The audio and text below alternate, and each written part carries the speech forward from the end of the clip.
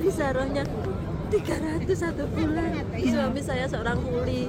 Seorang apa? Kuli angkut itu pun satu minggu hanya kerja satu kali. Kami untuk makan saja hanya baca bismillah dan minum air. Tapi tidak ada yang tahu di rumah, tidak ada yang tahu kalau saya ini nggak makan, nggak ada yang tahu karena saya nggak pernah mengeluh sama siapapun. Ya Allah, alhamdulillah. Saya nggak pernah meminta sama siapapun. Saya hanya meminta sama Allah. Iya. Ya Allah. Meskipun anak saya bilang begini, Bu, SPP sudah 5 bulan belum bayar. Iya nak, tunggu. Bu, mau ada rilat. Bu, iya nak, tunggu. Bu, uang makan saya habis di pondok. Bu, iya tunggu ya nak ya, sabar ya nak ya, masih minta sama Allah ya nak ya. Saya cuma bilang bisa begitu. Dan kalau saya ada rezeki cuma saya sisihkan buat makan anak saya yang di pondok. SPP-nya saya bilang sama pondok. SPP-nya sebulan berapa? 800. Saya bilang mohon maaf besar ya sekali ya Allah. Saya soalnya pondok Al-Quran memang semua rata-rata mahal. Dan anak saya kepingin semua orang di rumah itu menghina.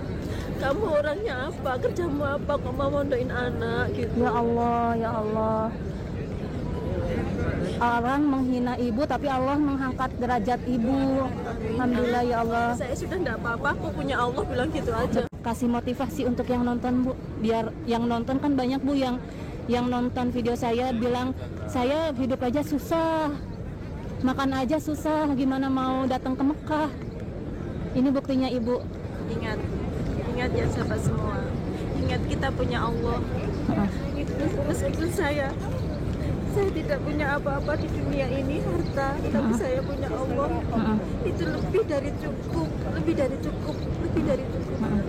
Saya meskipun nggak punya penghasilan yang cukup, tapi saya bisa memondokkan anak saya yang sehari-harinya, yang 1 bulannya SPP-nya saja 800, itu anak satu, bukan anak yang kedua. Dan untuk makan sehari-harinya saya hanya bilang Allah yang memberi kita makan dan Allah yang memberi kita rezeki. Itu pun kalau ada yang meminjam saya punya uang 50.000 dia pinjam, saya pinjamkan. Saya tidak pernah memikirkan saya nanti makan apa, anak-anak nanti minta jajan dikasih siapa, saya nggak pernah saya ingat-ingat. Yang saya ingat Allah pasti akan mencukupinya. Jadi setiap ada orang yang meminjam, saya punya uang berapapun saya pinjamin dan anak saya nggak pernah kekurangan. Meskipun jajan itu banyak yang kasih, saya nggak pernah minta dan saya nggak pernah bercerita bahwa saya nggak pernah makan.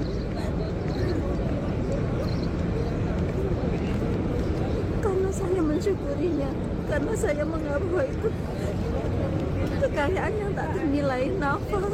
Bisa nafas tanpa alat dan bisa melihat dunia ini, bisa berbicara dengan orang lain, bisa membuat orang lain bahagia, itu lebih dari cukup. Saya tidak menyakiti orang, itu lebih dari cukup. Biarkan orang lain menyakiti saya maafkan. Motivasi saya semua tetap bersama Allah sampai akhir hidup saya dan anak turun saya dan ahli Al-Quran.